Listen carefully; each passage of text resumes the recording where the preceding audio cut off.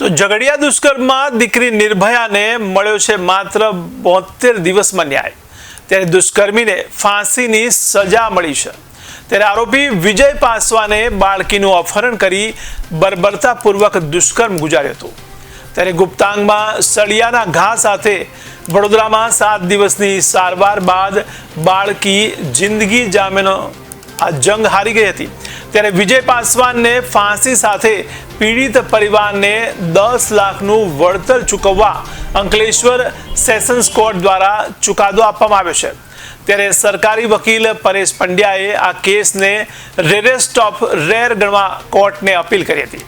ત્યારે 16 ડિસેમ્બર 2024ના રોજ બાળકી લાકડા વીણતી હતી ત્યારે આરોપીએ અપહરણ કર્યું હતું અને આ ઝઘડિયા દુષ્કર્મમાં દીકરી નિર્ભયાને 72 દિવસમાં ન્યાય મળવા સાથે અંકલેશ્વર સેશન્સ કોર્ટે અપહરણ, પાશવી દુષ્કર્મ અને હત્યાના આ કેસને રેરેસ્ટ ઓફ રેર ગણી વિજય પાસવાનને ફાંસીની સજા ફટકારી છે।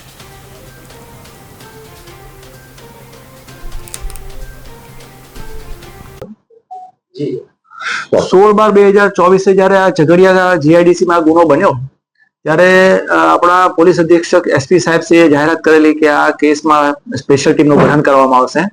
ત્યારે જ મને આ કેસના ગુનાની ગંભીરતા મને ધ્યાનમાં આવેલી અને મેં સરકારમાં જાહેરાત કરેલી કે આ કેસ હું બિલકુલ વિનામૂલ્યે ફ્રીમાં લડવા માંગુ છું સમાજના અને રાષ્ટ્રના હિતમાં।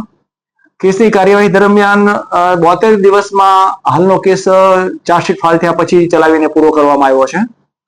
આ કેસમાં સરકારી વકીલ તરીકે અને સ્પેશિયલ પબ્લિક પ્રોસિક્યુટર તરીકે મારી નિમણૂક થયા બાદ 1 પણ રૂપિયાની ફીસ મેં લીધેલી નથી અને લગભગ સરકારે ભોગ બનનાર પીડિતાને બચાવવા માટે 11 થી 12 જેટલી ડોક્ટરની ટીમ કામે લગાવેલી હતી।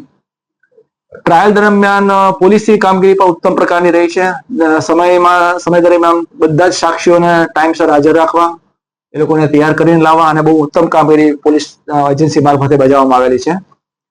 પીએમ કરનાર ડોક્ટરે જુબાનીમાં એ હકીકત જણાવેલી કે ટોટલ 30 ઈજાઓ ભોગ બનનારના પીડિતાના શરીર પર જોવા મળેલી અને એમની જુબાનીમાં એવો પણ પુરાવો રેકોર્ડ પર આવેલો હતો કે પ્રાઇવેટ પાર્ટ ઉપર પણ બ્રુટલ રીતે સળિયો મારવામાં આવેલો હતો અને આ ઈજાઓ બળાત્કાર દરમિયાન કે પહેલા અને કર્યા પછી કરવામાં આવેલી હતી અને ખૂબ જ ગંભીર બાબત હતી ને આ કેસમાં રેરેસ્ટ ઓફ ધ રેર કેસની કેટેગરીમાં લાવવા માટે દિલ્હીના નિર્ભયા કાંડના ચુકાદાને પણ ટાંકવામાં આવેલો સરકાર તરફે અને એવી પણ દલીલો કરવામાં આવી કે આરોપીનો ગુનો ભલે ગુનાહિત ઇતિહાસ નથી કે કઠોર ગુનેગાર નથી પણ એને જે રીતે ગુનાને અંજામ આપ્યો છે તે જોતા અમાનવી કૃત્ય છે।